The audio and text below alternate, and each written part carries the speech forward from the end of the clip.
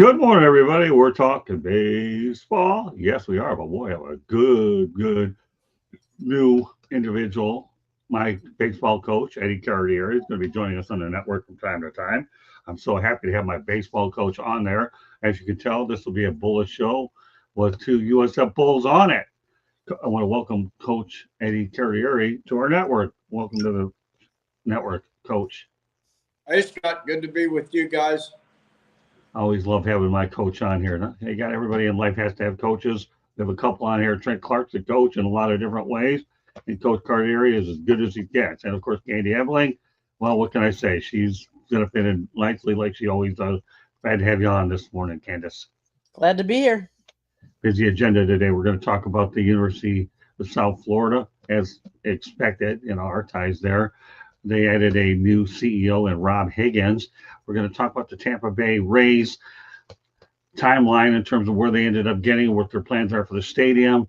And last but not least, we'll even incorporate a couple of World Series tidbits that you may not know. So with that said, let's get to it. So I'm going to go over a timeline of events that's taken place the last several months. And I'm just going to go by basic dates here in terms of what stood out. That around in the mid-July area, the Rays was set to be sold to move forward for 1.7 billion. Stuart Sternberg purchased the team in 2004 for 200 million. Quite a return on investment. That's one nugget we're going to throw out there as we continue the narrative on all of this. They now potential sites for a new stadium include the Florida State Fairgrounds, West Shore Plaza, Sulphur Springs, Hillsborough College, and Ybor Harbor. And their new owner, Patrick Zalewski, prefers the Tampa site for sure. Rays ownership obviously has now eyes a bold stadium move near the Hillsborough College site, which I think is going to be a winner. I'll refer to Eddie in a moment. At their opening press conference, new Rays owners made it very clear that the stadium comes first and the big spending comes afterwards. And of course, let's not lose sight of the fact that the Rays played at George Steinbrenner Field for a year while Tropicana Field was being repaired. And last but not least, the ex-Rays owner, Stuart Sternberg, gave tens of millions of bonuses to employees before selling the team. Sue Sternberg, obviously, what a class act it turned out, said that these bonuses were in the minimum of $25,000 to $50,000 range. According to Ken Rosenthal, some of the bonuses ended up being the equivalent of year's salaries for their recipients. So a lot to bite on here, and we'll go with you, Coach, on all of these. Let's talk about initially the potential sites. You have the Florida State Fairgrounds, West Shore Plaza, Sulphur Springs, Hillsborough College, and Ybor. What are your thoughts about those five sites that they had looked at initially? Well, first thought is parking and ease of getting to the new facility. So what I'm hearing is the HCC campus, which is directly across street from Raymond James Stadium, looks like it's kind of their first choice. And they would demo the campus, but move it to St. Pete. So at least St. Pete would get something out of the deal, I guess, in addition to a refurbished sort of downtown area. But it makes a lot of sense to me because it's right off the interstate. You can get to it from many locations, and then parking won't be an issue at that place. Yeah, so go back to what you're saying. What would St. Pete get out of all this? I wasn't sure exactly what you meant by that. So what I had heard is that they were going to move the HCC campus to St. Pete. So, there would be a state college. The junior colleges in Florida now are called state colleges. So that would be a state college in St. Pete, along with the USF campus that's already in St. Pete, and of course Eckerd College. Oh, that's interesting. Okay, so let's go back to the fact that the Rays ownership obviously is looking at the Hillsborough College. I think that's a great location, don't you? Obviously, being near Raymond James Stadium. I remember many years ago, there was a time where They were going to build a stadium adjacent to Tampa Stadium, but obviously St. Petersburg had built their stadium first, and Tampa said, "That's all right, you can have the team." So let's talk about the Hillsborough College campus site in more detail. Your thoughts of that site?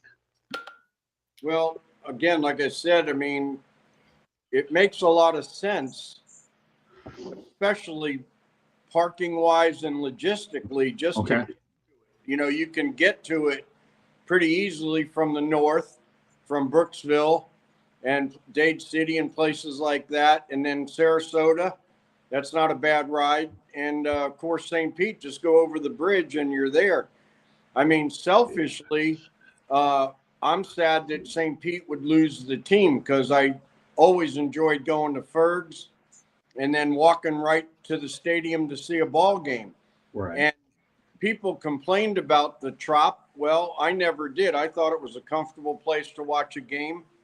And I think players enjoyed playing there. Atmosphere was always good. But in any event, we know that it's a moot point now because the owner has said he's going to move it to Tampa.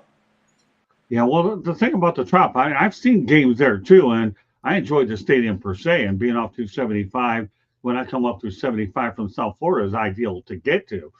Problem that you have with the Trop, though, is they never sold out postseason games, and I think that's one of the things that was unfortunately not a good look for Major League Baseball. You can't sell out postseason games, but I certainly see your point in terms of Tropicana Field's a pretty good stadium. Obviously, we saw what happened during the hurricane, and now the Rays were forced into a precarious position, having to go to George Steinbrenner Field. And it's safe to say. But when you talk about Sternberg, here's a guy that's selling the team for 1.7 billion, only spent 200 million himself. That's a pretty good return on investment for this guy. Takes money to make money, but yeah, I would say so. That is incredible. Yeah, and he was able to win by showing that player development really matters quite a bit. And the Rays have been a pretty good, solid franchise when you talk about Joe Madden and Kevin Cash keeping it going for sure. So, with that said, let's talk about the opening press conference. The new Rays owner made it clear that the stadium obviously comes first and the big spending comes afterwards. So, what are your thoughts about that? Well, I'm sure Trent will agree with me here. Player development is so key, and the Rays have been one of, if not the best organizations at scouting and developing players. Back to the original teams when Andrew Friedman was the general manager. Of course, now he's the GM of the Dodgers, right? And look at what he's done over there. Andrew Friedman was a reserve outfielder at Tulane, and we played against him, and his name was on the lineup card. I remember it, but he wasn't one of the starting outfielders. And then Stuart Sternberg brought him in as the general manager, and they just made great moves. I mean, before AI, it's like they had a crystal ball. They knew when it was time to get rid of a guy. They knew when somebody was going to cost too much. And most of them went somewhere else and weren't the same. They brought new guys up that they had developed, and they won. And they did it with a great manager in Joe Madden. Yeah, they sure did. We'll continue everything going as we move forward here. And then I'm going to incorporate Trent and Candy into the conversation. Next Rays owner, Stuart Sternberg, gave tens of millions in bonuses to his employees before selling the team. They were in the minimum of $25,000 to $50,000 in range, according to Ken Rosenthal. Said some of these bonus were the equivalent to a year's salary for their recipient. Got to give Stuart Sternberg, he stayed with this organization for a lot of years, and it's a good way to show a little bit loyalty towards employees. What are your thoughts about the gesture? Oh, just, I'm sure that the employees are, psyched about that. But, he's a good man, and he knows what made that organization work. And unfortunately, with the move, don't know what the current employees will move with the team. Some of them will, probably some of them won't, but he took care of them. I mean, he's a good heart. He has a good heart. See, when I look at these other previous sites, I was intrigued by the Florida State Fairgrounds site initially, because at one point the Tampa Bay Lightning played over there before they subsequently few people realize that they actually played at Tropicana Field for a little period of time before they landed in their regular gigs. West Shore Plaza, I wasn't sure what they were going to do with that, tear that plaza down because it's a decent location. Sulphur Springs, I don't know much about. Ybor Harbor, I don't much about, but I know Hillsborough College, having worked back with the Tampa Tribune many years ago, is a great site as well. So, with that said, I've thrown a lot. So, let me ask you this, okay, Coach, and then I'm going to turn it over to Candy, and I want to get Trent involved as well. I had to make sure that I give a good overview. When you look at everything in a total perspective, do you feel, Coach, that Tampa is the best place for the Tampa Bay Rays? Well, it remains to be seen. The Bucks have no problem selling out, and if more people would come from, say, Brooksville and Central Florida and stuff like that, it remains to be seen. They could and I think should do better attendance-wise, but who knows? Well, again, I'll go back to what I said before. They didn't sell out Tropicana Field for the playoffs. And you said, but think for the most part, you feel pretty good about the Hillsborough College location. It seems like to me, having worked in that area, there's a lot of land over there, to say the least. Yes. Yeah. I would say, in my opinion, that's probably the best. The location that makes the most sense is what I would say.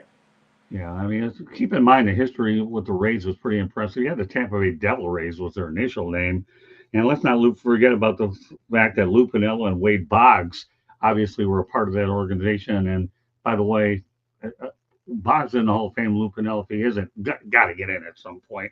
There's a lot of history, as you and I have worked with in the past, about the Tampa area, and I'm proud to be part of the Tampa area is one of the places I've lived, and let alone got my undergrad degree as well. All right. So with that said, okay, let's turn it over to Candy and Trent. They've been patiently waiting.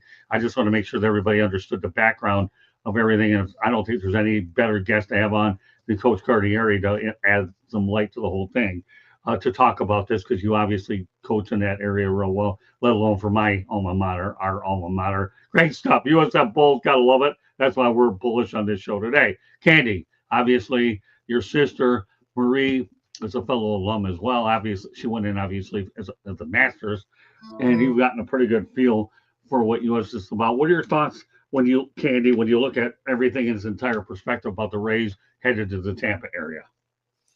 I think it's a long time coming. I think St. Petersburg back in the 80s decided, since the Bucks were there, and it was the Bucks and who else that was there at the time? The Tampa Bay Rowdies back in the 70s. St. Petersburg decided it wanted a share of the professional sports scene. So that's why they decided to build and get the Tampa Bay Rays. They started the construction of the stadium back in 86. Tropicana, but it wasn't Tropicana Field at that point. It was, Florida Suncoast Dome. Right. I remember that. Yeah, and that's what it started. And then they moved and changed the names. But I've been there. I was only there once. And I will have a different opinion as you gentlemen. As a fan, I didn't like it. There were a lot of seats there are some seats that are obstructed view. It's one of the smallest stadiums. To me, it wasn't eye appealing. And I guess part of it is now they build all these new stadiums and they're all such eye appealing, and there's so many more things to do around it. And there wasn't there. I'm happy to see that they move it to a more central location. I remember it being hard to get to. It took time. Like, their traffic sometimes in Tampa can be horrific. So I'm happy to see them do this and kind of revitalize that area. That area, yes, there's that college there, and I think it's smart that they're going to just swap. The college will get this, the stadium site, and then they'll be able to build this stadium there. We've been to the Tampa where the Buccaneers play. That's a nice facility. The surrounding, I can totally see with the area there, it being a good area for them to put the team. See, Coach, I didn't know that. I'm glad you brought that up. So as I understand, you're saying Hillsborough College is going to get where the Tampa Bay Rays are. That's really great information. That's good stuff. As I also understand, I think the Tampa Bay Rowdies were a throw-in in terms of the sale as well. Is that true? That they're going to be part of the sale? I mean, why not? You might as well throw the soccer team and find a way to put them out there somewhere to be able to use dates or whatever. That's what I've heard. I don't. The soccer team currently plays at what was Al Lang Stadium. Right. Which back in the day was great spring training. As a kid, I went to the Cardinals and the Mets spring training games and all that. So the Rowdies play there now. So I don't know what the plan is for them. I remember I saw lots of games at LA team. Sorry to interrupt, Coach, but that's a great place. I love going over to the Bayfront. Go ahead, continue. I didn't mean to interrupt you. No, that's all I had. I really can't speak too much. One thing I was going to say, though, is, you know, when Ferg started Fergs, which was like 82, 83, and asked me to be an investor, and we just didn't have that money at the time. So our bad. But that's when they were trying to get the Giants. When Mr. Morsani was trying to get the Giants to come to St. Pete. Well, Ferg started Ferg's at a condemned gas station. Really? And built it into a huge sports bar, as you know.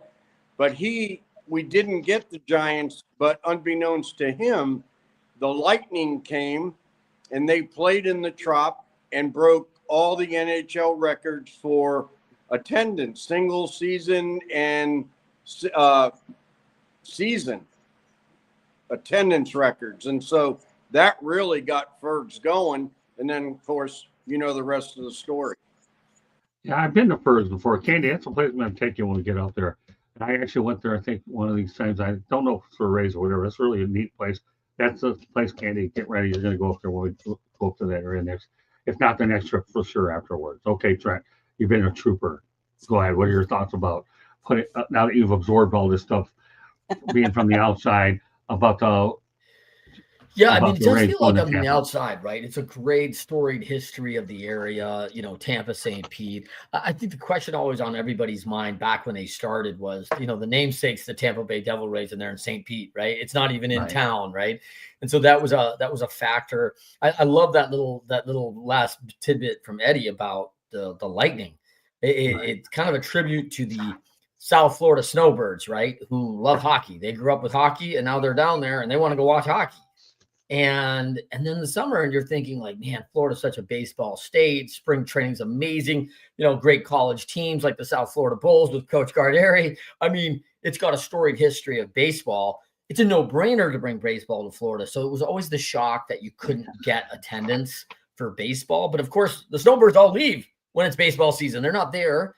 And though they love baseball, they go back up and support their northern teams where they're from, and that's a challenge. I recall when the stadium was built, per Candy, HOK was ruling the day, right? Camden Yards, Jacobs Field, they were setting these gorgeous facilities in the middle of the cities, and then you got the Trop, man. Like it was just like a set down, intimate environment because you have this kind of enclosure but not exactly great conducive for baseball with the low ceiling. You had balls sometimes get up into the ceiling. Hard to see as an outfielder. Those high balls got tricky. We do early work in Tropicana Field on those balls up in the rafters. And so, it was a challenging place, but I think it always felt, I loved St. Pete, never knew anything about St. Pete, having spent, a lot of years in spring training in Florida. And playing college ball down there a lot. And I knew nothing about St. Pete. And I just recall like staying at the Envoy, the Marriott there. That's the haunted hotel, it's and it was a great spot to stay. We'd walk uptown. I think Joe Madden still owns a restaurant downtown St. Pete. It's like, so downtown St. Pete was this really kind of revitalized spot and a nice place to be when you were down and playing the Rays. So, I think it always felt like at some point, and I think it was always on the docket that this thing's going from St. Pete to Tampa. They're going to have to go move into an Ybor City. They're going to have to move into the downtown Tampa. But there was that era in downtown Tampa that it didn't feel great, right? It felt a little rough down there. It didn't feel safe, and people weren't excited. So all of a sudden, I felt like, hey, St. Pete may be just the right spot for this crowd. And I really like where Coach Cardieri went from the beginning, which is, when you think about a stadium, you got to think about logistics for the fans. Right. And now I'm traveling the country with my son doing baseball parks. And man, I was just down in Cincinnati when they got a football game and a baseball game on the same day on the campus. And it's like, holy lot of people, holy bad parking, right? And it's like, man, almost like project like 90 minutes to get into the stadium, like 90 minutes once you get there. So, no one loves going to a 7:00 game, showing up at 5:30, going, man, just to get inside the stadium. And so you have to factor that for fans, that you can't make it so hard for the fans that they're going to go. And in South Florida, you have a weather factor, which is 90 minutes walking through the heat and everything else. That is not going to work. You have got to have efficiency. And so there's a lot to think about for these Rays in Tampa. And I think Tampa's on the rise. So all things good headed their way. And I looked at the numbers, by the way, and he got 11% return on that money. So we go like, hey, 200 million to 1.7, like, hey, that's really good money. And, rule of 72, the money doubles every 11, it's going to double every about 6 years, 6.5 years. So he owned it 21 years. And so he went 200 million, 400 million, 400 to 800 million, 800 to 1.6 million, right? So 1.6 billion, sorry. And so that 1.7 million is kind of aligned. So it's been a nice, steady return for the owner, but real money, right? 20 years compound interest is no joke, right? Right. Well, Coach, let me point something out. You talked about the Giants. At one point, the White Sox were looking at going into St. Petersburg as well. So St. Petersburg was a place they were courting a couple teams before they subsequently ended up getting their own. So that when you talk about the Giants, it's all well and good, but the White Sox were a team until the MLB. They got it all worked out on the south side. So your points are well taken, Coach. I never knew about the Giants, Scott. I just knew about the White Sox. So it's interesting to hear about like the Giants trying to draw them from a San Francisco who already has a storied history of moving, right? Like Brooklyn to San Francisco, now back to another coast would be crazy. Yep. And one thing I'm curious about the new stadium when they build it. Okay, with our rains in the summertime, so you're looking at June, July, August, those 3 months. Dome. Will it be a covered dome? Will it be a retractable roof? What will they do? You can't get rained out of BP every day. Yeah. Well, I'm sorry, Trent. My information is they're going to make a dome stadium out of it. They have no choice to do it. Yeah. All the information, and I read up on these topics all the time, that they're going to go dome. I think retractable is too expensive these days, only because of the maintenance down the road. So either you go dome or nothing. And I can tell you right now, Coach, from my experiences, is with the Miami Marlins, they went from their Joe Robbie Stadium all the way to what they currently have now, because they knew, because of what you just stated, Coach, that you can't. Batting practice is so important. You can't get rained out all the time with that. Every day. And nowadays, fans are starting to take to it as something like, before I see the game, I watch batting practice. They're making money off it due to concessions and souvenirs. So that's part of the whole thing. You got batting practice / game. So, from my sources are telling me, Coach, they're looking at a dome stadium. But it's not the first time we're going to talk about this as well. We're just kind of bringing it up to speed in terms of where the timeline is. In fact, when you start coming on Monday nights, and just to let everybody know that Eddie Cardieri has already indicated, if he wants to, will be coming on the Monday night show from time to time. Right, Coach? That's something you're interested in doing? Yes, sir. I'd look forward to doing that.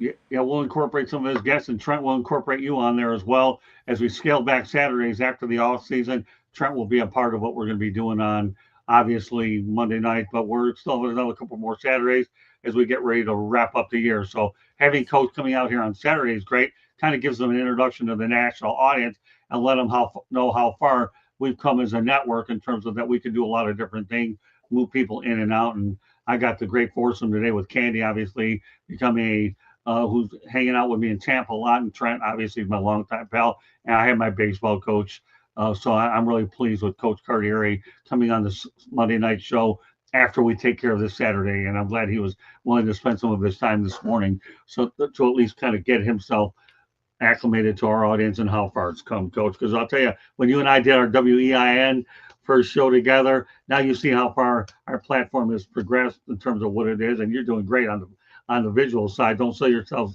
short, Coach. You did great getting on here, man. Well, it's a learning experience, but I look forward to Monday night so I can hear Trent's stories. Man, what a storied background he has. And being on those teams, boy, he's got some great stories that he'll share with us. Don't worry, Trent. Get ready for Monday nights again, brother. Okay, and you'll have Cassie on. Obviously, wasn't able to get on today because he had some other things. But I'm building a powerhouse on Monday night as well as on Saturday from time to time. A lot more to get to so far.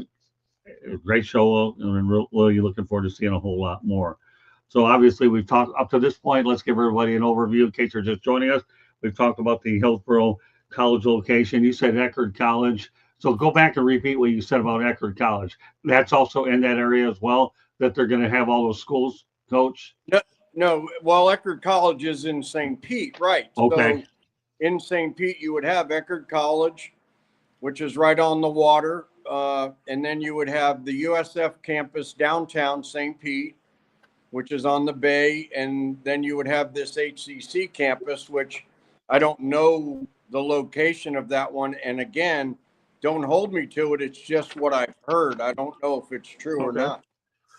All right. Well, just want to make sure everybody gets clarity about the fact that they're looking at revitalizing that Tropicana Field and turning it into an educational thing.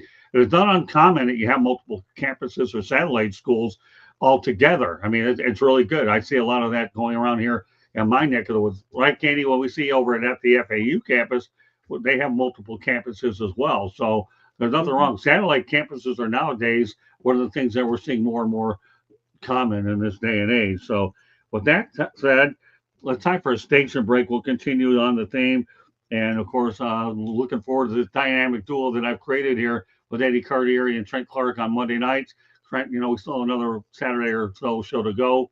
And then I'll begin to work on the Monday night situation and reconfiguring that as well. Candy, I think it's time for a station break. We have some World Series to talk about. Now we're going to talk about a new addition to the USF staff, and it's Rob Higgins. And Coach has some perspectives on him. Katie, station break time, please. Thank you. South Florida Tribune Publishing Company published a book, Lessons from the Microphone, Tuning into the Enduring Wisdom of Visionary Leaders. It is written by our host, Scott, the Motor City Madmouth Morganroth. Talks about his 40-plus years in the media industry and how it has evolved. Old school media versus new school media. Get your copy today. It's available on Amazon, Barnes & Noble, Kindle, Google, and Apple Books. There's also a link on our website, www.southfloridatribune.com, where there is a plethora of great content, so go check it out. If you like to listen to podcasts, you can find us wherever you get your podcasts. If you'd like to advertise, you can call Scott 954-304-4941. And if you want to be a guest or have topic ideas, you can always email us at southfloridatribune@gmail.com. But most importantly, if you see that red subscribe button in that lower right-hand corner, that means you have not yet subscribed to our YouTube channel. Why not? You're missing a lot. So go just, click it and like us and share us with all your friends and family. And then turn on your notifications button so you know every time we go live. Thanks, Scott. All right, Candy, let's continue on. All right, Coach. USF made a big, significant hire recently, and his name is Rob Higgins. You said that you tell me more about your background with Rob Higgins. It sounds, and I'll tell you, one of his first acts is that when he took over, Jim Levitt was supposed to be part of he still is in the USF Athletics Hall of Fame, but obviously they did not include him in the ceremony. But give me your thoughts about Rob Higgins in general. Well, first of all, he's a great person. Rob, I've known him since probably 1983. And when I first started at USF as Robin Roberts' assistant, Rob was a ball boy for the basketball team. So he'd be under the basket and there'd be an errant ball and he'd go get it and give it to the referee, mop the floor, whatever he had to do. And back then we were taking our boys. They were very young and we took them to every basketball game. So Rob worked his way up from there various jobs in the athletic department, and then ultimately became the CEO of the Tampa Bay Sports Commission.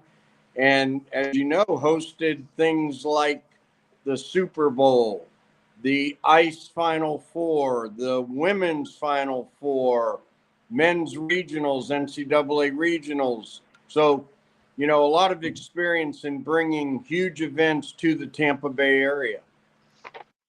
Yeah, well, I'll tell you, he made a bold move with Jim Levitt. Oh, let me clarify.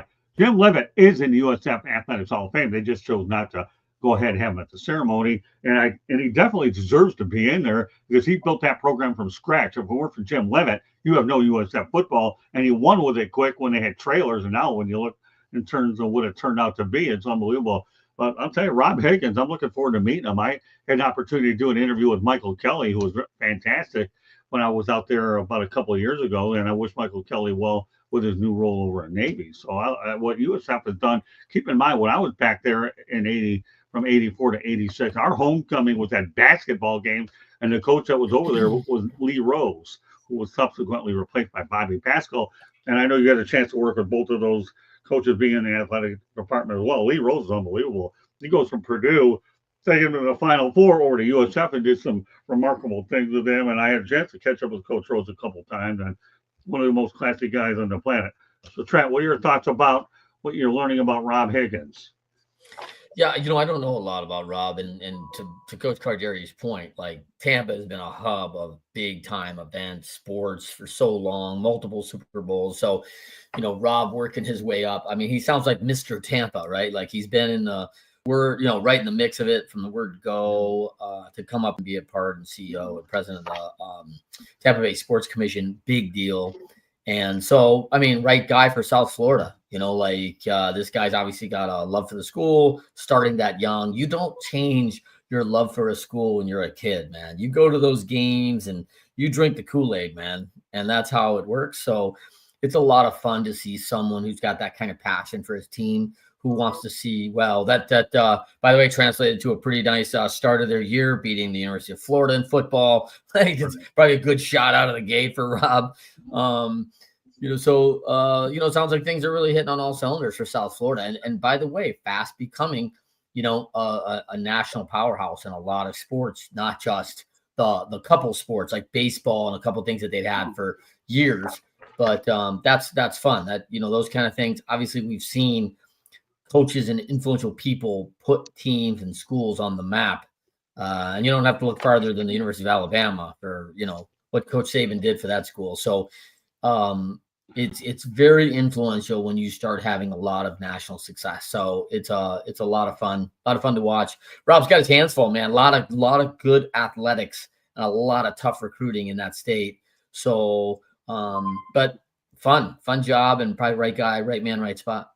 Well, Leroy Selman obviously was an intricate part of building that. And obviously, we know what he did with the Tampa Bay Bucks. And I think I saw him once over there, but unfortunately, Leroy passed away too early. But did you have any dealings with Leroy Selman at all, Coach? Oh, yeah, he was our athletic director. Right. And after he got sick, that's when Doug Woolard came in. But, you know, back to Leroy was one of the finest human beings I've ever met. And credit goes to Paul Griffin for bringing Leroy on board. Right. After Paul left, Leroy became the AD. And back to Rob Higgins now, the new stadium, I think, is going to be done 2027. So he's going to have a campus football stadium, and that's going to be awesome. And speaking of that, well, today, if they can beat Memphis, they do have some other tough games coming up. I know Navy's one of them. But if they can win out and finish with one loss, I'm told they'll be in the top 12 at the end of the year. Well, Alex Golish is unbelievable. I dealt with him before and saw their losses occurred with the Miami Hurricanes. And one of the things I was intrigued about Alex Golish is his national perspective. I couldn't believe the numbers we ended up getting on our YouTube channel when I recorded that press conference, put it on the South Florida YouTube channel. Alex Golish, and here's the thing: a lot of people think that he's a coveted coach nationally, and he could be recruited. I have a feeling he's not going anywhere. I don't know why. It's just a feeling that Why should I go anywhere where the job security isn't good and expect to win right away, or just say, hey, you know what? I'm going to take this program and see what I can do with this thing. He's not job chasing. I get that feeling with Golish. He certainly will listen, but the odds of him going anywhere, I think, are really a moot point. I don't think he's going anywhere. But Leroy Selman's unbelievable what they've done. And the USF program in general, they had on-campus stadium. I was telling Brian Seagrass the other day, I can't wait to get up there. Obviously I'm dealing with some medical issues of my own, but I'm working as hard as I can to get up there for sure. So the reality is that on-campus stadium only figures to be a boost with what we're doing up in Tampa. And again, my relationship with the USF, obviously being an alum, at least I can promote the program on our platform, and I will go out there and vigorously do it as we're doing this morning here on Talking Baseball as well. And there'll be other subjects that we point out, but I think that we've gone out and done what we can. With that said, we'll take the transition. Let everybody know how good Eddie Cardieri was for your South Florida baseball program. We'll talk about your career in general for the fans getting to know you for the first time. Your career at USF was 731, 546. Your winning percentage was 572. Your winningest coach in USF history. And you're inducted into USF Athletics Hall of Fame in 2024. 21 season, first team in 1986, 57 and 14. And you're an assistant coach under Robin Roberts. People, Robin Roberts, Hall of Famer. My goodness. Coach, what was it like, number one, to work under Robin Roberts? And let's talk about your career with USF. Well, I don't like using the pronoun I too much, but I was blessed to start at such a young age. And when I started at St. Leo, I think I was the youngest head coach in Division II. And then when I became the coach at USF, youngest head coach in Division I. But to work under Coach Roberts was amazing. And we roomed together on the road, so I got to hear all the stories about pitching to Hank Aaron and Willie Mays and doing barnstorming trips with Satchel Paige. And again, one of the finest, if not the finest human. I mean, he was such a great man. And I know if he were around, he would not believe that they'd take starters out in the 5th and 6th inning after 60 pitches that are throwing a shutout because the analytics say to make a change. And I forget the number. I have a book right behind me. I don't have time to look it up now, but the complete games, 28 complete games in a row. I remember one time he told me the stat that they use now, quality starts. He said, I had 600 quality starts. So it was amazing. It was fun. It was a great ride for sure. Yeah, he's unbelievable. So let's talk about your career. I mean, let's face the reality. You had great success there. I'm proud that I was there when you began it. And of course, you and I caught up a couple of years ago and we talked about it. We were doing American Legion promotion up there in Tampa. We had some really good people that I got to see again. One of the ones I enjoyed catching up with was Pop Quest. Let me tell you, Trent Candy, when I worked with the Tampa Tribune, the Tampa baseball that was involved there, Coach will attest to it as well. You think of Chuck Hernandez as part of that Tampa loop, right? Let's face reality. And then we also have Coach Pop Quest, as I mentioned. K.R. Lombardi's another guy that we've had on our show from time to time. And Doc Good and Daryl Strawberry, the list goes on and on. But let's talk about what you feel that you accomplished in general at USF. What was your main thing as you continued to build on what Robert Roberts did? Well, we got some great players. It's that simple. You know, the great players, and they're good people, and we had good chemistry. We had a lot of characters, but they all had character. And, you know, we were able to win. We did not have a good facility. But we spent more time on tractors and out there trying to make it as nice as we could. And each year we'd make some improvements. And, you know, like I say, it was just a lot of fun. But, you know, when you mention those Pop Quest came to mind is that January 18th is the Lou Piniella dinner. The dinner benefits SCORE International. SCORE does trips to the Dominican. They build a facility down there and so forth. But, you know, let's see, Frank Permui, rest his soul, John Crumley, Cal Baisley, Pop Cuesta, and I'm missing one. Oh, Coach Macaluso, Jim Macaluso at King High School, which, by the way, that was his player that hit the grand slam last night for the Blue Jays. Came out of King High in Tampa. Oh, no But kidding. those coaches I just mentioned are past recipients of the Lou Piniella Award. So it's a free dinner 18th for anybody that can make that. There's a lot of baseball people there. It's a really cool night. Just wanted to throw that in. We segued right into that.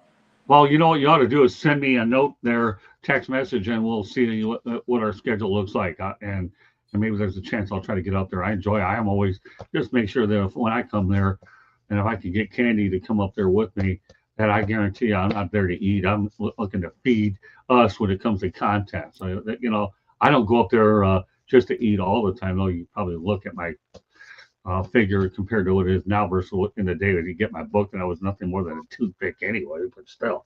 But, you know, yeah, why don't you text me that information and we'll see what we can do at some point or another. Maybe that might be the trip that I go instead of the one in basketball. I don't know. We'll see. Next year is going to be a little bit wide open in terms of what we do. But no, I'm really looking forward to that. I had a lot of success. I caught up with John Crumley during the women's Final Four, and we spent some time there. And I also caught up with Jackie Eisenhower, did a show on her as well. I'll have to go ahead and send you that interview. I had a great time when we were covering the women's Final Four. And again, a great shout out to Brian Segrist, who helped get it all going. And a guy that I've worked with in the past, Leo Haggerty, was helpful in setting a lot of things up as well. I don't know how well you know Leo Haggerty, but Leo's a good guy. He's a good friend as well. I know.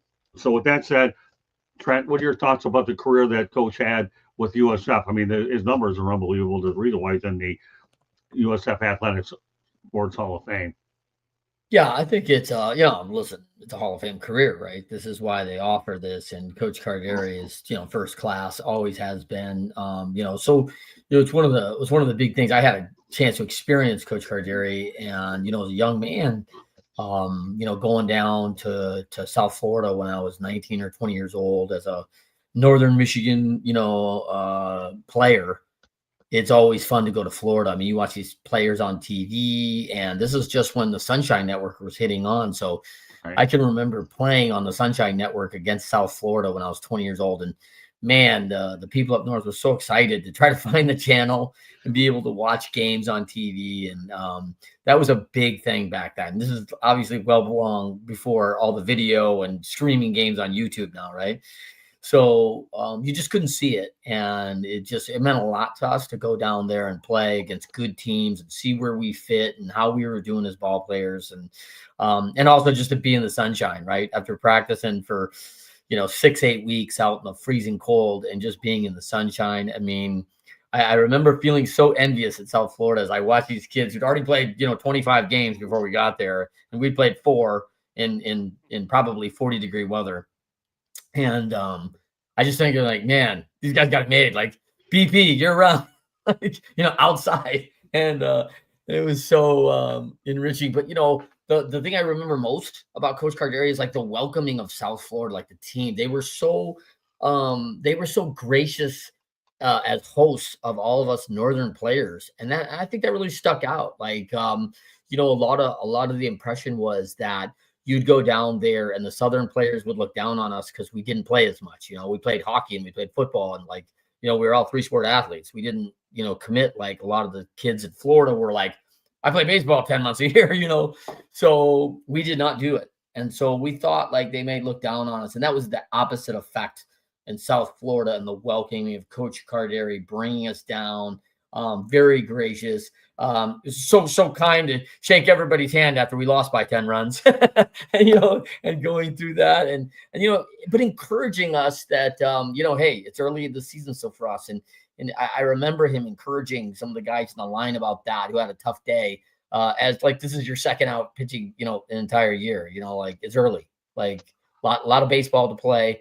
And that was always, that's the kind of sportsmanship and things young men remember about how a man handles his business. Katie? Thank you. Pretty awesome. I love hearing all these stories. Like, you guys, I mean, obviously I never played the game. So listening to all your stories, listening to your opinions, and USF has had a rich history with coaches, and it's just awesome. You know, I'm from the Midwest, and so moving down here to Florida was a bit of a culture shock. I lived in Wisconsin. There wasn't many, how should I put it, the diverse dynamics of all the people that are down here, that live down here, and how the recruiting is so different down here than, I mean, how many people come to Wisconsin to recruit people? Like, there's not as many, because there's such a history of development down here, and it's awesome to see the teams flourish now because of some of the recruiting that they've done. And everybody talks about how you got to recruit well in Florida. And so, yeah, that's all I'll add to it. Well, you know what you can add to it? Why don't you dig up the guy that hit the grand slam home run? And we're going to talk about it because it's obviously a big part of Tampa sports industry. When a guy hits a home run, much less from as my brother Lonnie would say, my second hometown, or one of my hometowns is Tampa. I mean, Coach, let's face it, Ellie, you and I lived it. Okay, we're both USF Bulls, period. That's just what it is. I mean, don't get me wrong, I enjoyed my junior college experience at Broward Community College, and that was pretty good, but I'm a USF Bull. I wear the ring, and I go to the games, and it is what it is. I mean, when we choose a school, everybody can tell you, when you choose a college to go to, that represents you. And a lot of the things I do when it comes to this network, and let alone affect our media distribution partner, I am a USF Bull. I make no bones about it. So are you, Coach. That's why we're doing this thing. I knew when I had an opening on Monday night at some point, you were the only guy I had on my list to replace a previous individual that was going to be on it. It was a one-person list, and you were Coach Cardieri, or at the top of that list. I'm just glad that we were able to manage to do a Saturday show because I knew there were certain topics I wanted to address, and I think the timing between pairing those up with the World Series and now is better, let alone the fact that one of our kids out in Tampa area hits a grand slam. It just puts a really cherry on top of what we're doing. Can you have that name? Addison Barger. Oh, there you go, Addison Barger. If you don't know the name, it's Adison, right, Candy? Didison. Barger. There you go. Another Tampa guy, Coach, that we can actually put on there. That, Tampa King, I think that's who you say he ended up doing. Yeah, he signed with the University of Florida, but ended up signing a pro contract and bypassing college. And it took him a while. I want to say it took him a good 6 years in the minor leagues. But he's sure making good now. They saw something they liked, left-handed bat, and he's a good player. You hit a home run. He attended C. Leon King High School in Tampa, Florida, and was drafted by the Toronto Blue Jays in the 6th round of the 2018 Major League Draft. He made his professional debut that season with the rookie-level Gulf Coast League Blue Jays. And then 2019, the rookie advanced Bluefield Blue Jays of the Appalachian League. He did not play a game in 2020 due to the cancellation of minor league season due to COVID-19. He returned in 2021 to play for the Low A Dunedin Blue Jays and High A Vancouver Canadians. And then he keeps moving up. He was added on November 15th of 2022. The Blue Jays added him to the 40-man roster to protect him from the Rule 5 draft. He was optioned to the Bisons to begin the 2023 season. Right. In 2024, he was promoted to the major leagues for the first time. And he collected his first major league hit on April 29th against the Kansas City Royals. And July 29th, he recorded his first MLB home run against the Baltimore Orioles. So there you have it. This guy, we talk about him there as well. So as we continue on here, we talk about your career. Let's go to another trend that may be a bigger trend than we even realize. And that's it. So first of all, Trent, what are your thoughts about Addison Barger? You talk about putting yourself on the map on the big stage. This guy certainly made a difference last night, game 2 tonight. Candy and I, by the way, will be covering the Miami Hurricanes and Stanford Cardinal later on this evening, but I'm glad we're able to talk some baseball. Having a lot of fun. And what about you, Coach? It only gets better, right, for us, Coach? It's your first back. What do you think of where we're at so far? Oh, this is a great show. This is fun. Yeah. And you and Clarky just became friends. How about that? You guys are going to be on my new dynamic duo on Monday night. Mark my word, this is just beginning. Whereas in the eyes of Karen Carpenter, and we've only just begun. But no, you don't want to hear my singing because it's cotton picking awful. And if you hear my singing, you might as well think of a Memorex class, and I'm bound to break that too. All right, there's your Karen Carpenter and your Memorex reference for the show. All right, another trend, possibly. I have a feeling it'll be bigger than most people. Can I say one more thing, Scott? Yeah, go ahead. I just want to talk about Addison a little bit more. He was optioned to AAA Buffalo to start the 2025 season. He was recalled to the Blue Jays on April 15th. Yesterday, he hit his very first career Grand Slam home run in Game 1 of the World Series. It was also the first Grand Slam hit by a Blue Jays in a World Series game, and he becomes the first ever hit by a pinch hitter to hit a Grand Slam in a World Series. Well, you're going to mention that. You might as well talk about historic home runs in the postseason. World Series, the only guy that comes to mind to me is Joe Carter. So, what about a pinch hit from Kirk Gibson? Well, there you go. There you go, Kirk Gibson. Of course, I was waiting for that Michigan reference from you, Clarky. You mentioned Kirk Gibson. Thank you. Boy, if I didn't set you up well, Clarky, then God help me. But I did. That's why you're on the show, brother. I'm telling you, we got 2 authors. Let's find a way. You know what, Candy? Well, wait till the end of the show to promote his book right now. All right, Coach, you got to see this one. Go for it, Trent. Go ahead. You get a little bit earlier. I am. Thank you. I am the author of Leading Winning Teams, and go out, pick that up. Published by Wiley, and talk all things about leadership and how it intertwines in sports and business, and how many athletes have influenced all the business that's going on, and how they took those skills and transferred those skills over to their careers. And if you're an athlete out there and grew up in athletics and love it, I think a lot of athletes don't realize how many skills are actually going to transfer over into your career. And so it's a big part of that. And of course, my podcast, Winners Find a Way and Winning Ways, are on all the major networks. And just loving passing out information as we go, and probably some of the best guests you'll ever see in your life. Top 1% that, get that. And as you see with the Motor City Madmouth, he only brings 1%ers on. Coach Cardieri, another fine example of people that have lived in this crazy world and been a part of,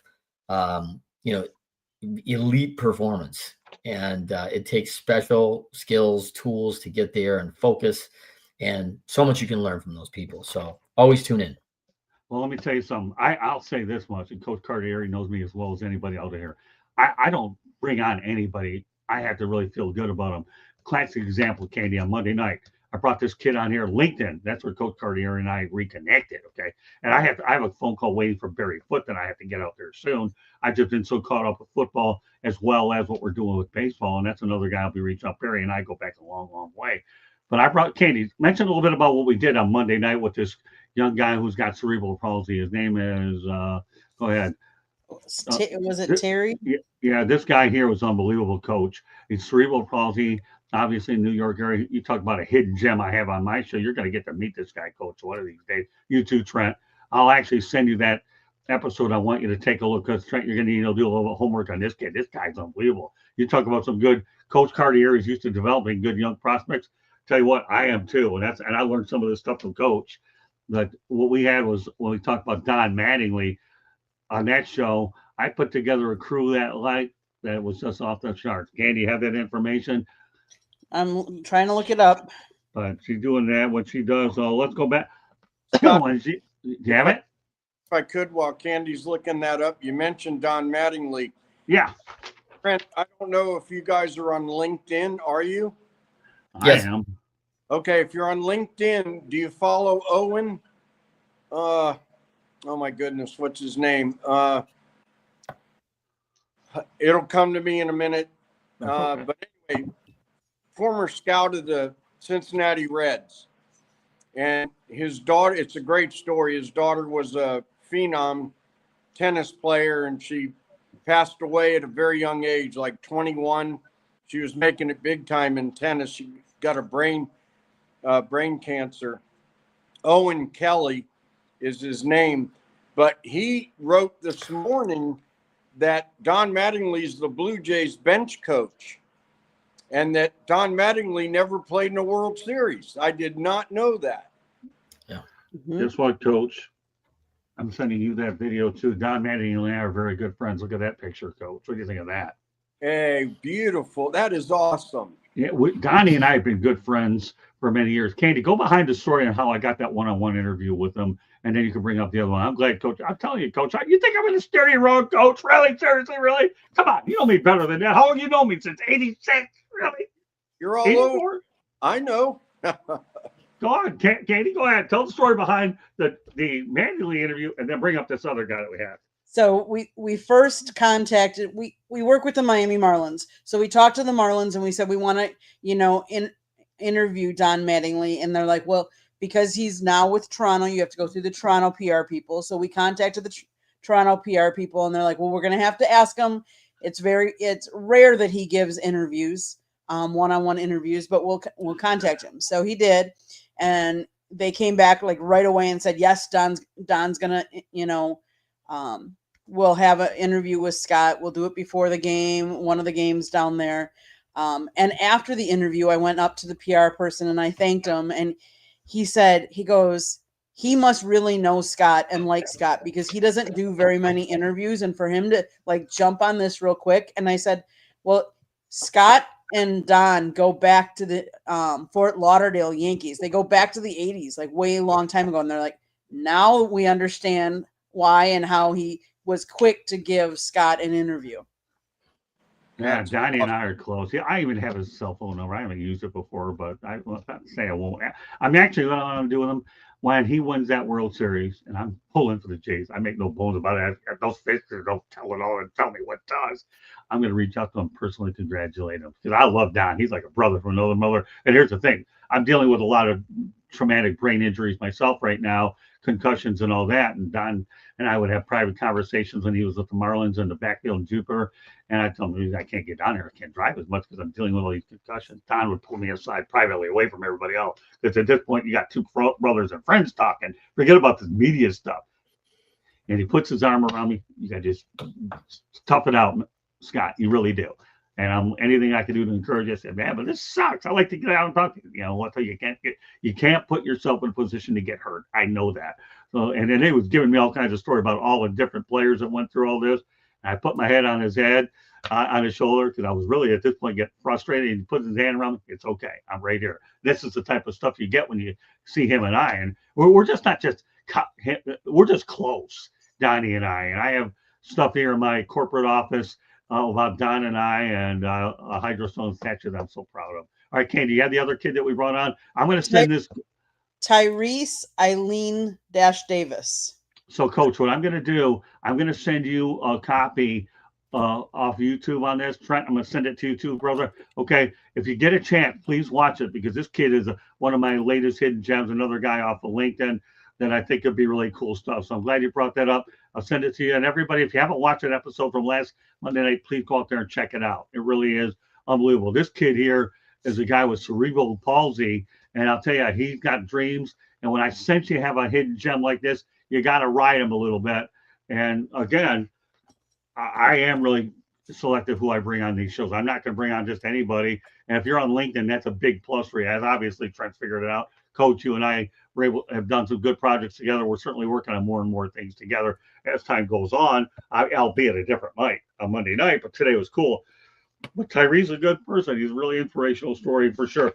A few other topics I want to get to. I'm glad we got Clarky's book promotion in earlier instead of toward the latter part, because that transitions us over to a couple more things as we get ready to wrap it up. Candy and I will be down at Hard Rock Stadium as well. It's good, though, that Candy and I went to the Rogers Center Skydome, and I got to hang out with Don Mattingly when we were there about a year and a half or two ago anyway. Marvin Powell III, one of my rising superstars, man. This guy is on Tuesday and Wednesday night. Love the show. Love you, Marvin. There's another guy I'm mentoring as well. Marvin Powell, he obviously a former Green Bay Packer and USC Trojan. So he's another one of my guys, Coach and Trent, that to me is one of those kind of people that he's coming through the system and he's progressing as well as anybody that I can see. All right, so let's talk about the San Francisco Giants. They brought on Tennessee coach Tony Vitello as their new manager to replace Bob Melvin. And get this, Vitello was actually a possible option for the Atlanta Braves. It would have been interesting to see him go from Tennessee to Atlanta because of the Southeastern connection. So, but that never came to fruition. Vitello is the first manager ever to make the jump from college to MLB, and so the question is, will we see more of it? Now, Skip, or I'll call you Skip, Eddie, whatever, Coach. Here's the thing: you mentioned something to me on the phone the other day about Skip Mertman. Let's keep the focus on right now Tony Vitello, and then I want you to please incorporate the Skip Mertman thing at the University of Miami. Start with Vitello. Is this the beginning of a bigger trend, Coach? Well, it very well could be. Now, I think Trent can really address this better than I, but I would say this, and I just heard that Jose Fernandez was leaving USF as the women's basketball coach to go to the WNBA. Skip Mertman was rumored to manage when he won the 4 titles in the 90s at LSU, but I don't know much about, I don't even know Tony. I'm sure he's a great coach. Definitely was a great recruiter. I'm sure he'll make the transition. My concern would be lifers, Trent, that you know more about than I. Somebody that started out in the lower minor leagues, riding buses to rookie league games and put in 10, 12 years and got promoted and was, Bruce Bochy's third base coach, let's say. And, in line to be the next manager. And then all of a sudden a guy gets hired from a college. I wonder how that will flow with the players. But Trent, I think, can really address that better than I. Well, let me ask you a question before you turn over to Clarkie, okay? Let's just say, hypothetically, Coach, a Major League Baseball team, we're going to approach you to go ahead and manage a big league team. Let me talk about one thing about Vitello that people should know about. This guy here with 341 and 131 at Tennessee, won a title in 2024. He was a really flamboyant individual. I know he got kicked out of a couple of games as well. One of the longest arguments ever, as far as from what I've heard, to get kicked out of a game. So when you turn in terms of 341, 131, just like your record, I want to repeat this again. Coach Cardieri was 731 and 546 on a 572 winning percentage, and this guy wins a national championship. So, all right, I'll set you up right there, Trent. Okay, you have Coach Cardieri's record. Now you got Vitello, and I'm going to add another question to you because this is something that you can definitely ride with. Okay, Trent. That being this, is NIL going to cause this to happen a lot more? You know what? I'm going to leave the floor to you, Trent, and if Candy wants to incorporate something, go ahead, Trent. Yeah, I mean, I think you bring a point. The NIL is definitely bringing the business aspect to college baseball, right? And pro baseball is business, and it is a, it's a dog-eat-dog world. I think Coach Vitello is clearly a great coach, similar to Coach Cardieri. These guys are well known for managing the game, understanding the athletes, knowing the players. Deal with probably a few more players, because in college you probably carry about 30 to 40 kids that are around the program. You can have a roster of maybe 25, but obviously in the MLB you got the 25-man roster. You're still dealing with the 40-man there, so it's similar in that way. This is big business. It's a big jump because of you got 250 minor league athletes, waiting in the wings, right? And it's a lot. And I think your point, Motor City, to the fact of like the Dino Ebel, third base coach over at Dodgerville, who's been a coach a long time. Joe Madden was a bench coach a long time before he ever got a shot as a manager. And we see like these guys who have weathered the minor league buses and everything else. They've done very well. My good friend Bobby Magianis over in Seattle, hitting guy who did the minors for I think over 25 years before he got a major league job, and went over to Atlanta, secondary, assistant hitting coach, and won a world championship there.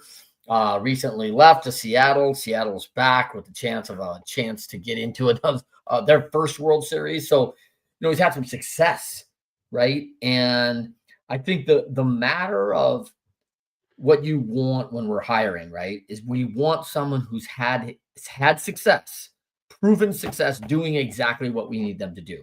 So has Coach Vitello had success doing that? Yes. he's a great baseball coach. That is for sure. And he's recruited top talent, and he knows what talent looks like. So he has some success.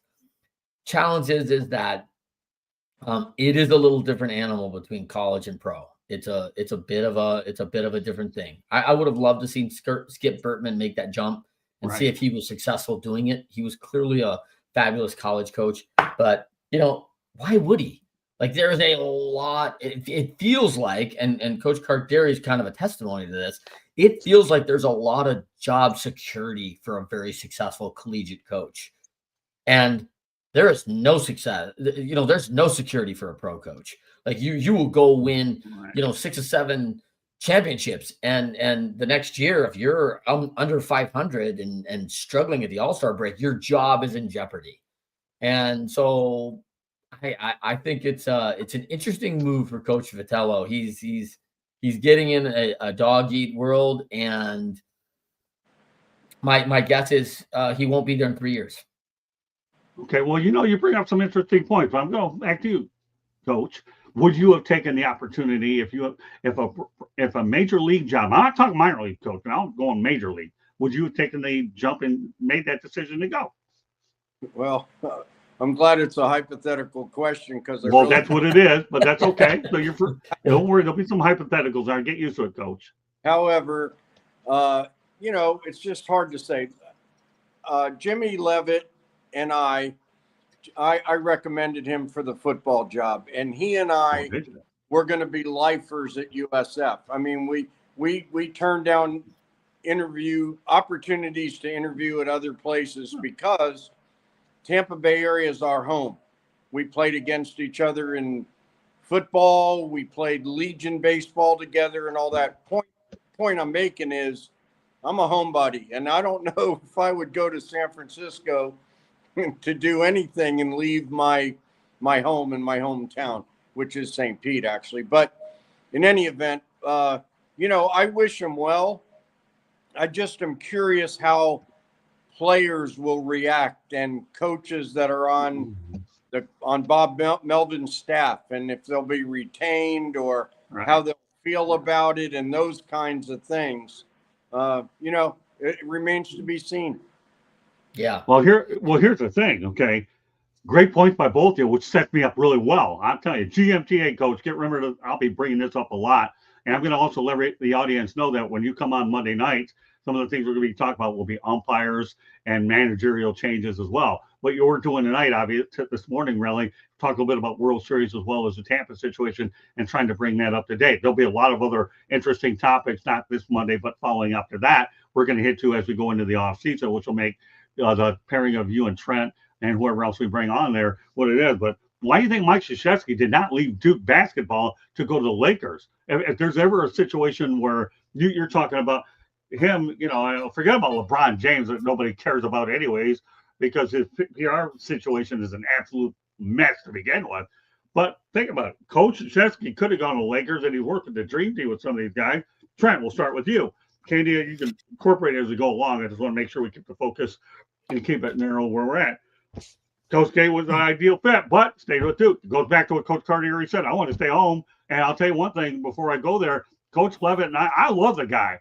Let me tell you a funny story I had covering a homecoming game over at Raymond James Stadium. Coach Levitt and I got into a heated conversation, but it was as fun as heated as you can get. I'm covering him for the Detroit Monitor. Of course, I got credential. Of course, they're going to credential me. I mean, I'm a USF guy. Hey, let me ask you a question. Do you want to do this interview? We're on the field, by the way, so you had to get loud because the crowd was in there anyhow. And my voice, Brian Seagrass will tell you, booms from one end to the other. He had to tell me when I was on another show, that my voice echoed. Candy was laughing the whole time from one end of the USF press box to the other. And then Brian and I would joke around about it over at the Final Four. I know we got about another 10, 15 minutes before you watch that thing, Coach. We're almost ready to wrap it up, so bear with me a few minutes, okay? But anyways, Levitt and I get into a really heated conversation. And you want to promote USF all around the country? Well, do this interview. Okay. We're yelling at each other, but we have to yell at each other because we're on a field. And then I hit him with the Michigan question. You're going to schedule Michigan Wolverine? Yeah, I'll do it. It has to be a one-on-one, not two-on-one. I mean, Levitt's just a great guy. I think the problem with Jim Levitt is just really misunderstood. I really truly believe that. I think deep down inside, Coach Levitt has a really good heart. So with that said, the main thing is when you put the things in perspective, Coach, what do you think of all what I've just said? Yeah, I mean, I think you're right on everything you've said. Jimmy is a good person, and I know the situation that got him in trouble. He was misunderstood. I've spoken to him about it, and it was more his decision to not go to the ceremony at his induction because he didn't want to cause any distractions, right? Especially for Kawika Mitchell, who was one of his players who signed with the Chiefs and then ended up playing on the championship team with Eli Manning and the Giants.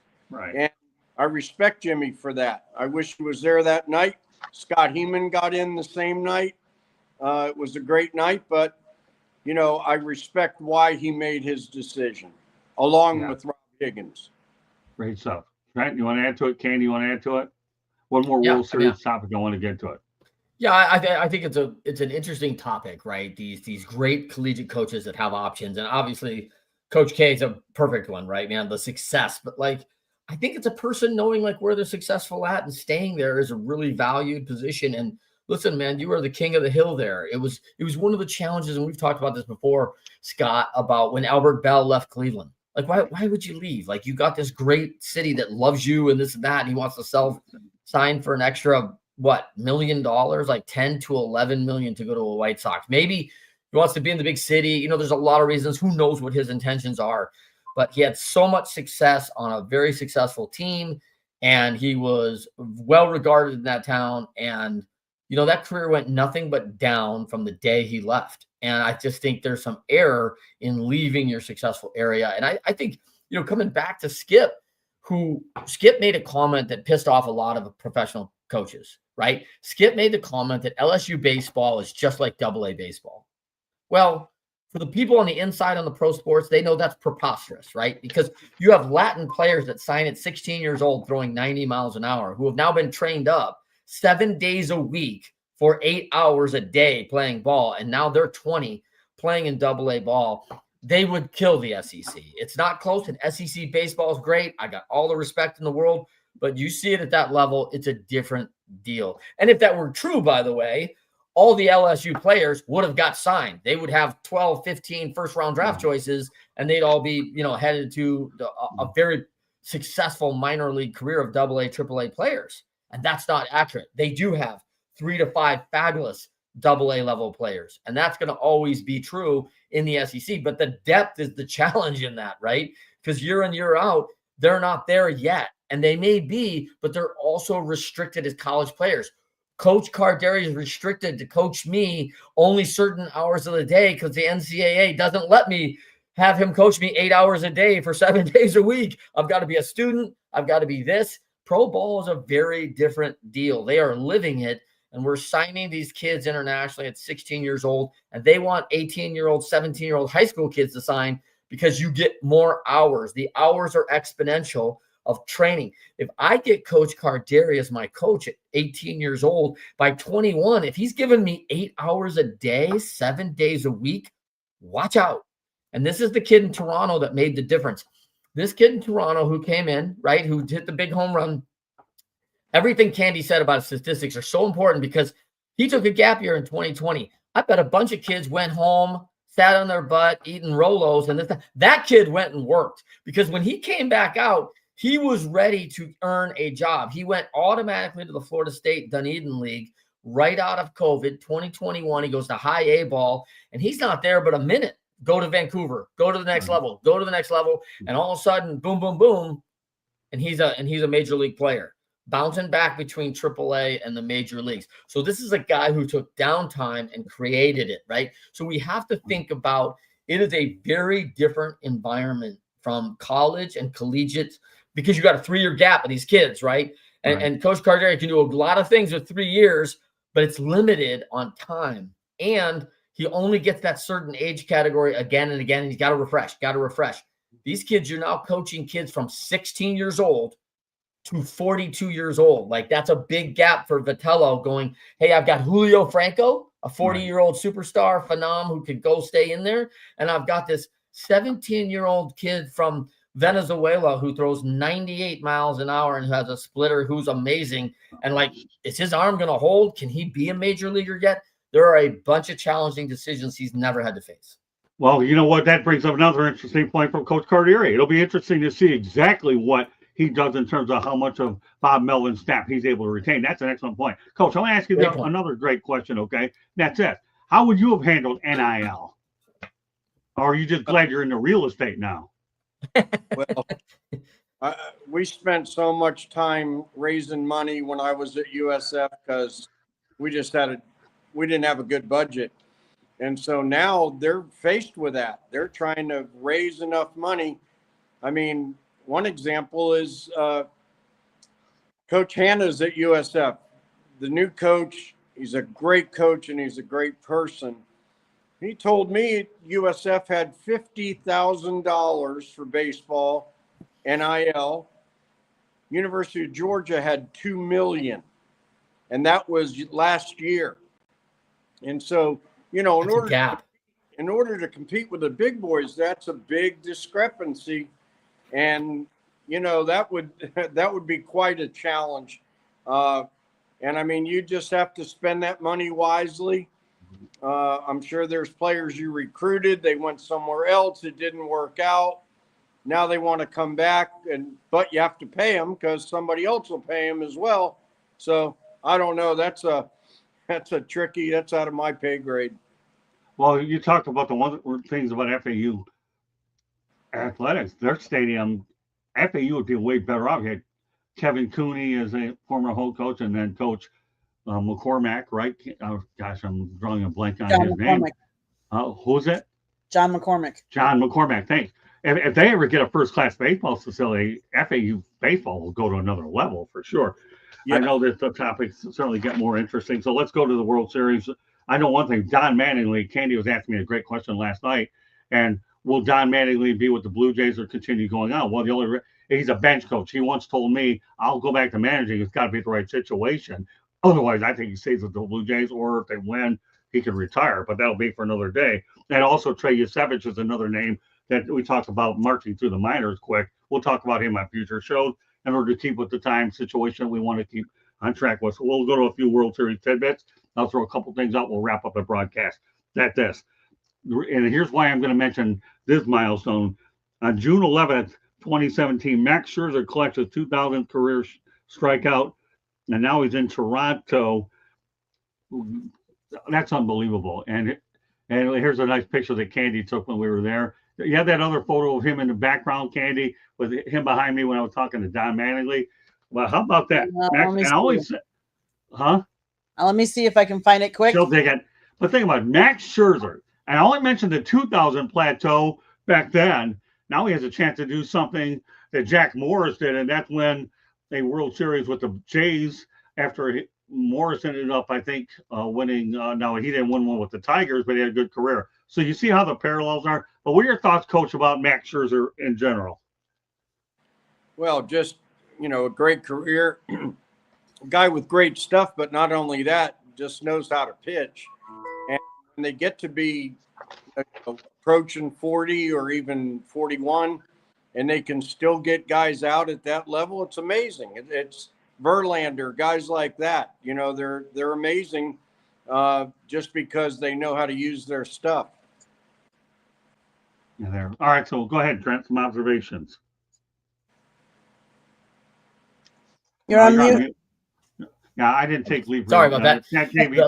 Lifelong learner for me, right? Like the best guys are soaking in all the learning, and like, who are you with? But the best in the world, you're around them every day. If you don't sponge that up, you're making a huge error. And what Max Scherzer, Verlander done, not only do they have great talent, but they've maximized that talent by listening to all the great minds around them. They're with fellow players that have had the best coaching, right? Like they came up with guys like Coach Cardieri, and they're like, what did you learn there? What did you learn that you use now? And they're asking those hard questions. And then they got great coaches who not only typically are great coaches now, but they were in their seat one day pitching back in the day going, hey, this is what I did. Mark Pryor is the head, he's the pitching coach for the Dodgers right now, right? This guy's got a great storied history of also pitching in big games and a big college career, right, out at USC. So here's a guy who's like got all this experience. So I think what Max has done, what Verlander's done, if not only they've been able to apply their great skill, but they've learned all those things, which I think is like, quote, our good friend, Motor City, Frank Tanana, how a power pitcher can go be a guy who can stay in the game another 7, 8 years, 10 years, being a finesse, get guys out. Because Coach Cardieri hit the mark when he goes, listen, the game of pitching is getting people out. Like, I don't care what all the stats are. And I feel we've lost this in Major League Baseball. Everybody loves the gun. Everybody's like, hey, get people out, right? Get people out. The radio broadcaster now, Brian Anderson, our days in Cleveland, a competitive little SOB who would, lefty, crafty, great kid. All he did is get people out. Well, he doesn't hit, 95 on the gun. I don't care. All he does is get people out. That's the name of the game. And when someone hits a ball 480 feet off you and it's a solo shot because no one's on base, it doesn't matter when it's 8-0. Like, he just gets people out. And I feel like there's some of these people who in baseball who have forgot the values, the traditions, the fundamentals of baseball, and that's getting people out. Okay, great points. One last topic I want to get to, and I know Coach has to get going, and I've got to get ready for my work with the Canes and the Stanford Cardinal. But here you have it. There's another picture of Max Scherzer. I think actually he's in the background, Candy. He is. He's in the light blue. He's in the light blue uniform. This is him as well. And one other picture that I just want to throw up because he's there now. Yeah, Coach's dad. See, Coach, this is what Candy does on the field. You talk about a person who's an unbelievable photographer. And when we're able to get up, hopefully, to Tampa, once you get me that information to promote it, and I'll see if we can get her to use a day off to cover that event. Now you got me intrigued because I have this new toy called a microphone. That's my remote thing. You just better make sure that you're going to be my PR guy. Make sure I get these interviews. Forget the food. I want the interviews. Okay, Coach? I'm just kind of letting you know. We're going to come up there. We got to make sure we do it. All right. So there's no better way to end the show than with this. It'll be interesting to see what Justin Verlander ends up. I can tell you right now, it won't be with the Giants. They didn't give him enough run support anyway. But no better way to end it with Clayton Kershaw. In his 18-year career, he's a 3-time Cy Young Award winner, 2014 MVP, and obviously he's on the World Series roster. So you talk about it being in the 3,000 strikeout club. That's just unbelievable. 3-time. I mean, his numbers are surreal. 18-year career, 3-time Cy Young Award winner, 2014, 3,000 strikeout. Coach, what are your thoughts about Clayton Kershaw? You'll see him in the postseason here in the World Series. I'm sure the Dodgers are going to give him an opportunity. We know Dave Roberts is certainly arguably one of the best managers. So what are your thoughts about Clayton? Well, again, just a tremendous career. You mentioned his stats and stuff, but when I would imagine as they start to get a little older and get to that age, they got to figure out different ways to get guys out. Trent hit the nail on the head. That's pitching. Get guys out. I don't care about all the analytics and all that stuff. Right. I tell the hitters that I work with, I tell them all the time, get hits. It's all about getting hits. You want to hit 220 with 5 home runs, or you want to hit 310 with 5 home runs. Just get hits. You're going to get your same number of homers, same number of doubles, but pitching's all about getting guys out. Like Trent said, Kershaw did a great job of that when he had the fastball that he probably doesn't have now, but he still knows how to use his stuff to get guys out. So are you more of an analytics guy, or do you follow your gut? Oh, a combination of the two is good. As a manager, follow my gut, but use my head at the same time. I think analytics are good for positioning the players in the field. I see it all the time. The balls are hit right at people that are playing in a weird place on the field. I think it's good for that. I don't think it's good for managers making pitching changes when a guy's only thrown 60 pitches in the 6th inning and has a shutout, stuff like that. Well, don't worry. In future Monday shows, we're going to talk about that. We're not doing it today. Well, I just wanted to scratch the surface of what we did, and I feel we've accomplished that. Okay, Trent, what are your thoughts about Clayton Kershaw? Candy will wrap it up as we get ready to set up our agenda today, Coach. I can't thank you enough for being on the Saturday show. But now after meeting Trent, I'm sure you're looking forward to that Monday show even a whole lot more as I restructure that show, aren't you? I'm looking forward to hearing his stories, and we're going to just have so much common ground when that time comes. It'll be a lot of fun. Might have to do Fergs or something like that. You have to what? Might have to do it at Fergs. Have a beer, you know? Yeah. Well, we'll figure it out. There's a way. I've got one, but that'll go away probably later. All right. So go ahead, Trent. Yeah, I love, Kershaw, and we missing Verlander, like these guys. I think, look at the last couple of years of Greg Maddux out in San Diego. A veteran guy who can have a lot of influence on a young pitching staff. There's a place for these guys in organizations. To Coach's point, they still get people out, right? And they've learned how to do that. And until they can't do that, they belong. So, and I think there's a lot of intangibles that they bring to a clubhouse.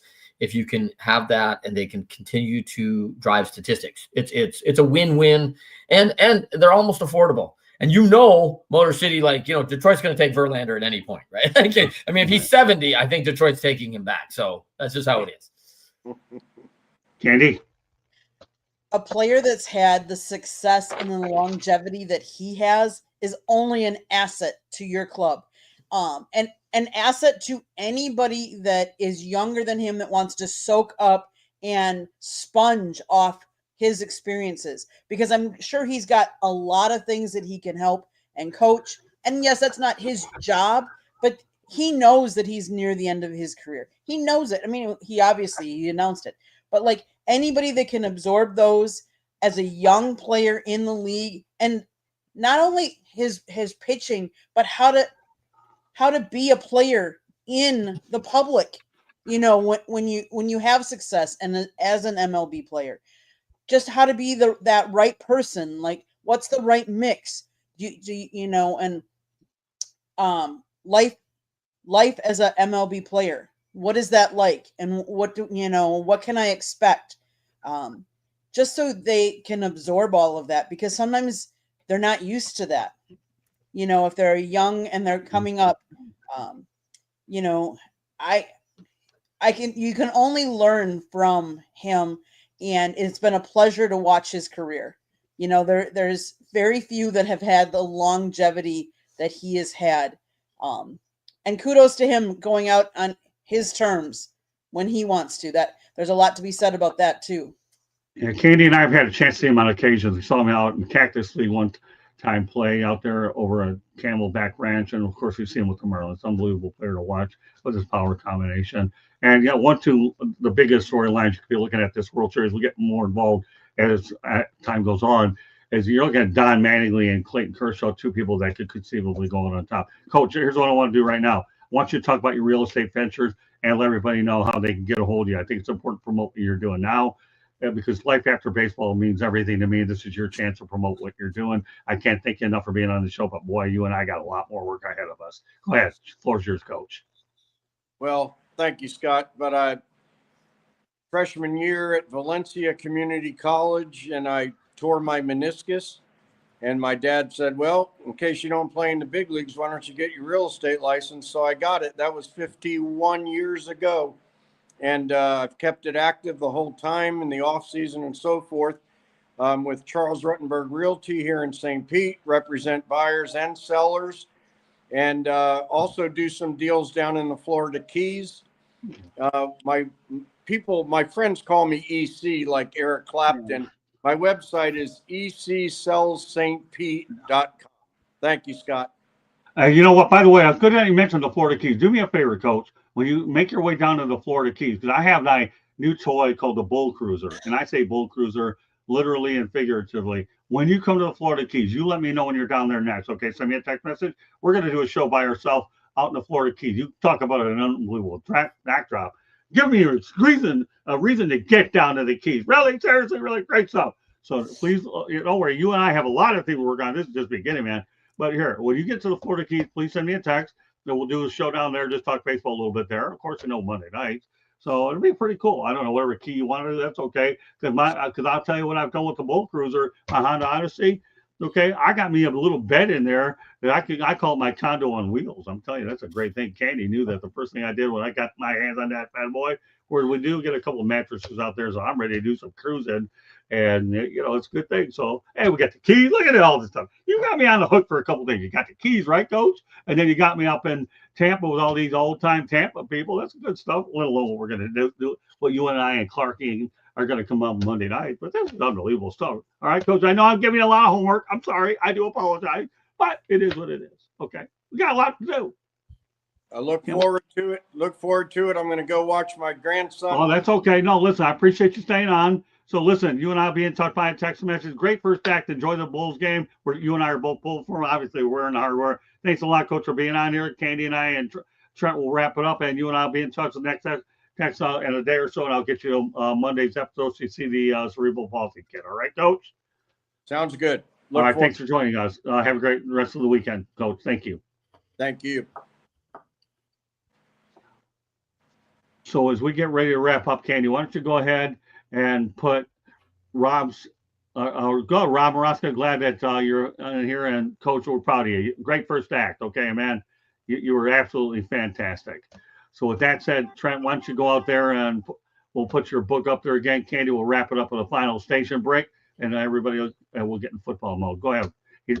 Clark, he deserves another promo. We're going to put it on there. Thanks, everybody. You can buy my book anytime, Leading Winning Teams. Also, you can find me at TrentLeadershipity.com. I'm also on LinkedIn, Trent M. Clark. Anywhere on the socials, Trent M. Clark or Leadershipity, our company. Leadership, all the ITYs of leadership. And so for that, hey, listen, I'm just looking forward to the Keys. I think I got to be down there in December. So I'm planning a little three-way, conversation in the Keys, man. Now, I have never been, and I got to learn, how to do the Keys the right way. So it sounds like you guys are the guys to go do it with. Well, so you know what, Coach, since you're on here for another second, when you figure out how to watch a game, at least now Three's company, only our version of it in the Keys. Three's in the Keys. That little bit of a analogy there. So you got Coach and I and Trent down there and Candy doing all this stuff in the background. All right, Clarky, get down here. You and I didn't make it up there for during the summer when we had those weddings, but I'll tell you, we'll get you down here anyways, and we'll see what's what. So we'll do that. So, all right, Candy, one last wrap up as we get ready to call it a night.